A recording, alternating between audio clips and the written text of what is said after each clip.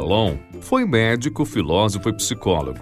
Nasceu na França em 1879 e faleceu em 1962. Vallon dedicou-se profundamente ao estudo da criança por acreditar que esse era o melhor caminho para se compreender a origem dos processos psicológicos humanos. Ao estudar o desenvolvimento infantil, Vallon explorou tanto na dimensão cognitiva quanto afetiva e motora. Ou seja, estudou o desenvolvimento de forma integral, recusando-se a aceitar abordagens que reduzissem o desenvolvimento humano a apenas uma dessas dimensões. Uma das principais bandeiras de Vallon é a de que a escola deve oferecer formação integral aos estudantes, quer dizer, formação afetiva, intelectual e social. Sua teoria representa um marco importante no pensamento pedagógico, pois até então, a afetividade era uma variável pouco considerada no processo educativo.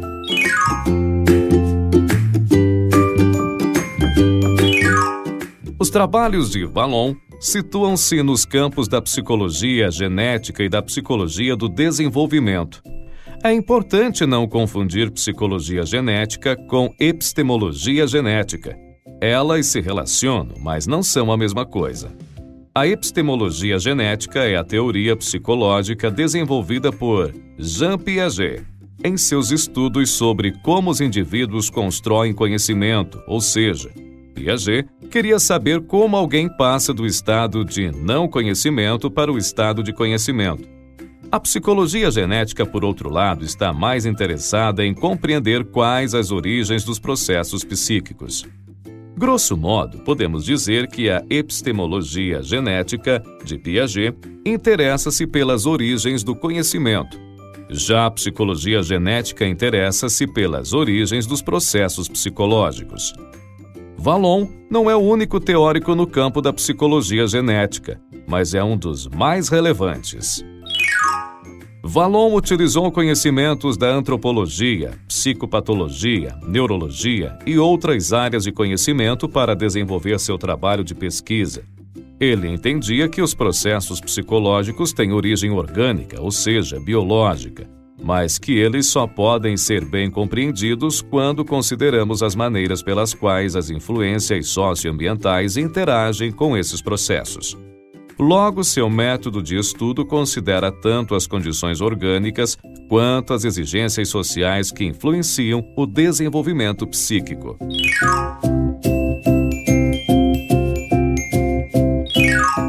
Vallon entende que a estrutura biológica é a primeira condição para a atividade psíquica, ou seja, não pode haver psiquismo sem um equipamento orgânico que o comporte. Contudo, a nossa mente opera sobre estímulos que são recebidos de fora do organismo. Logo, as condições orgânicas e as condições do mundo externo são as grandes mantenedoras da existência e do desenvolvimento humano. Nós nos desenvolvemos na interdependência entre fatores biológicos e sociais. O desenvolvimento do pensamento infantil, segundo Vallon, não ocorre de forma contínua. Ele é marcado por descontinuidades, ou seja, crises e conflitos. Essas descontinuidades são resultado do amadurecimento do sistema nervoso que traz novas possibilidades orgânicas para o exercício do pensamento e de alterações no meio social que trazem situações novas e estímulos diferenciados. É do conflito entre essas duas condições que emergem o pensamento e a inteligência. Essa compreensão nos ajuda a reconhecer que conflitos e contradições fazem parte do desenvolvimento psíquico normal da criança. Não são necessariamente problemas a serem combatidos pelos educadores. De fato, as crises muitas vezes são dinamizadoras do processo desenvolvimental e, portanto, benéficas.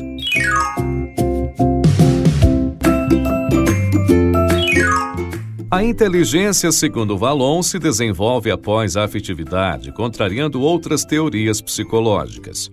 Para Vallon, a inteligência surge de dentro da afetividade e estabelece com ela certa relação de conflito. Talvez seja por isso que nos interessamos mais em aprender as coisas que gostamos e evitamos aquelas que não se conectam com nossos afetos. Parece que, para alimentar a inteligência, faz-se necessário mobilizar os afetos. Segundo Vallon, ao nascermos, somos frágeis seres orgânicos e o nosso desamparo biológico exige que outros seres humanos cuidem de nós. Essa condição de absoluta dependência caracteriza nossos 2 primeiros anos de vida, e por isso nos tornamos seres afetivos, ou seja, a emotividade do bebê, expressa no choro e no grito, garante que o adulto se mobilizará para atender às suas necessidades. Logo, a expressão emocional é uma da linguagem, a sua função é fundamentalmente social.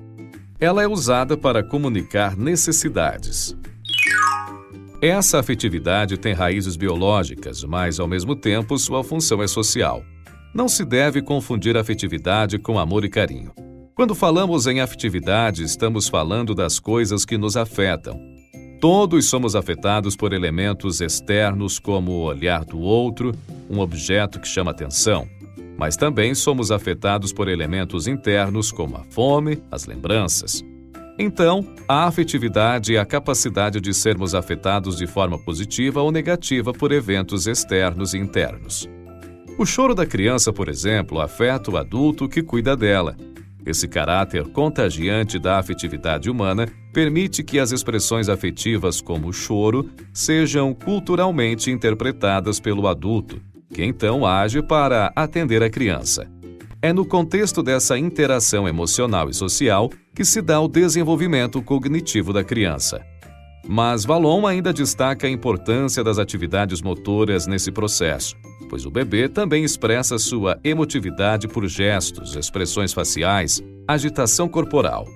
O ato motor é uma atividade expressiva que comunica os estados emocionais do bebê e, ao mesmo tempo, gera estados emocionais nos adultos. Na medida em que a função simbólica se desenvolve, ou seja, que a criança se torna capaz de pensar sobre coisas que não estão presentes, de ver o desenho de um cachorrinho e associá-lo mentalmente a um animal real, essa sofisticação das capacidades cognitivas permite a internalização dos atos motores.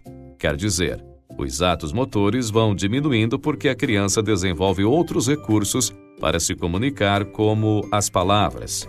Além disso, ela adquire maior controle e refino sobre o ato motor. No próximo vídeo, conheceremos os estágios de desenvolvimento infantil descritos por Vallon.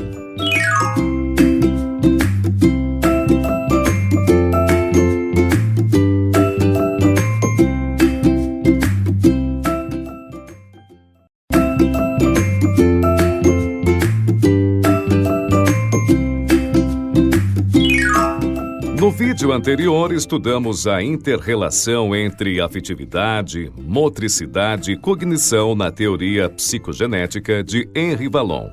Nesse vídeo, estudaremos as principais características dos estágios de desenvolvimento infantil apresentados por ele. Em cada um dos estágios desenvolvimentais descritos por Vallon, a criança interage com o seu ambiente de formas específicas, enquanto busca construir sua própria identidade. Cada estágio representa um tipo de preparação para o estágio seguinte, mas ao mesmo tempo revela descontinuidades, rupturas e relativismos que são próprios do processo de desenvolvimento. Para Vallon, o desenvolvimento alterna fases de introspecção, ou seja, de voltar-se para si mesmo, e outras de extroversão, nas quais o indivíduo volta-se mais para o mundo externo. Há um contínuo movimento de internalização e externalização que lhe permite construir sua caminhada em direção à autonomia.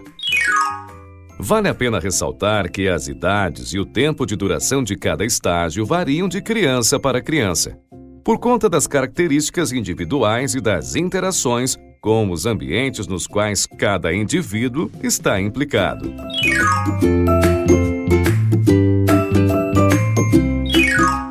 Nos primeiros 3 meses desse estágio, o bebê realiza movimentos reflexos, involuntários e impulsivos.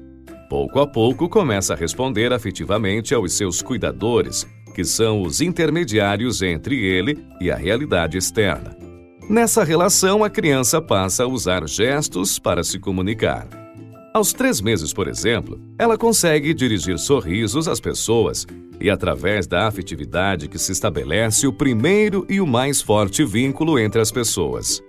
Segundo Vallon, a função inicial da emotividade é mobilizar a mãe para atender às necessidades do bebê, que dela necessitará por muito tempo. É pela expressão emotiva, como o choro, o grito, as expressões faciais e a agitação corporal, que o bebê comunica suas necessidades. Apesar de ser uma comunicação emocional e primitiva, ela é a porta de entrada da criança para o mundo da cultura humana. Até aproximadamente 1 ano, o bebê está vivenciando ativamente seu processo de socialização com aqueles que o cercam e é totalmente dependente desse contato para sobreviver. Durante essa fase, o interesse do bebê por objetos se dá na medida em que eles lhe são apresentados pelos adultos, mas com o avançar do desenvolvimento, a criança vai aprendendo a agir diretamente sobre seu meio e vai se dessocializando, quer dizer, vai agindo de forma mais autônoma em um processo crescente de individuação.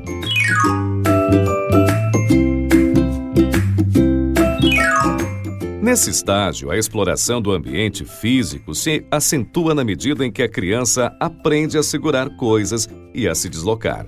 O desenvolvimento das capacidades cognitivas da criança estão em franco andamento, explorando o mundo através dos sentidos e das habilidades motoras. Tudo que estiver ao alcance deve ser tocado e sentido. São os atos mentais projetando-se através de atos motores, mas pouco a pouco o ato motor vai diminuindo e cedendo lugar ao ato mental, ao pensamento. Com o desenvolvimento da fala, o pensamento também ganha impulso.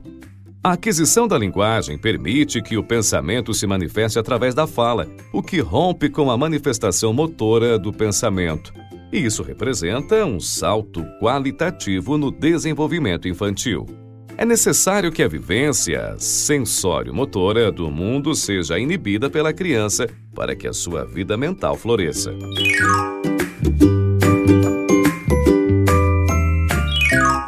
Nesse estágio, a criança se depara com o conflito que envolve, por um lado, seu desejo por autonomia e, por outro, o fortalecimento do vínculo com a família. Como o processo de formação da personalidade é a tarefa psíquica mais importante desse estágio, a criança nega os adultos, muitas vezes se opondo a eles. Seu pensamento volta-se quase que exclusivamente para si.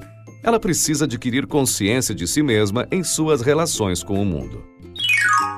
Com o início da vida escolar, o vínculo familiar se flexibiliza e a criança se direciona para a autonomia, uma vez que a vida no ambiente escolar exige que, gradativamente, ela realize escolhas por si só, bem como exige que ela concorde, discorde, enfim, a criança naturalmente se vê em situações conflituosas.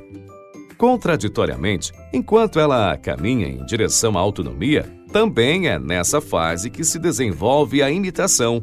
A criança imita o modo de ser e de pensar das pessoas com as quais convive, particularmente aquelas que lhes despertam admiração, como os pais e os professores. A imitação é uma forma de inserção social.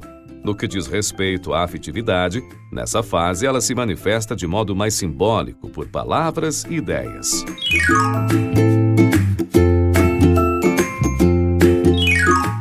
Nesse estágio, a criança utiliza cada vez mais a inteligência para explorar e conhecer os objetos e o meio físico e social.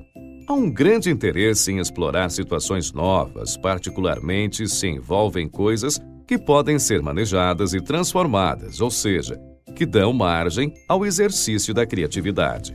Nessa fase, a inteligência e o interesse pelo mundo externos são aspectos que predominam, ao contrário da afetividade e do interesse pelo mundo interno. Com o desenvolvimento da inteligência, a criança avança para o pensamento abstrato, ganha maior controle de habilidades como a memória voluntária, que é a capacidade de memorizar coisas intencionalmente, obtém maior controle da atenção e por aí vai.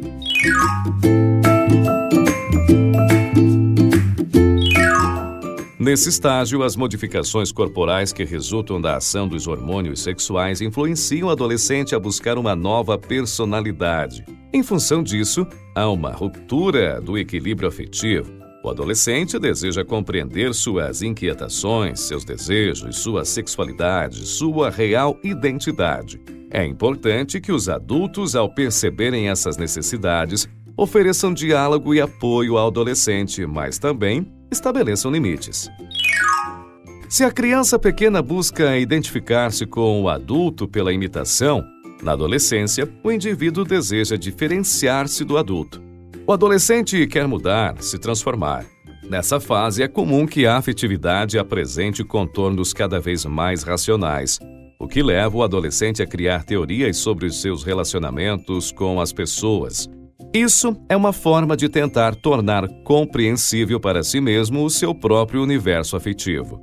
Os conflitos externos e internos fazem com que o adolescente se volte cada vez mais para si mesmo e busque sua autoafirmação como forma de lidar com as transformações corporais e psíquicas impulsionadas pela maturação sexual. Vallon afirma que o desenvolvimento não se encerra na adolescência. Ele permanece por toda a vida do indivíduo. A afetividade e a cognição estarão sempre em movimento. Às vezes haverá predomínio de uma ou de outra, mas estarão sempre em interação durante as inúmeras aprendizagens que desenvolvemos ao longo da vida. Futuramente trataremos das contribuições de Vallon para a educação.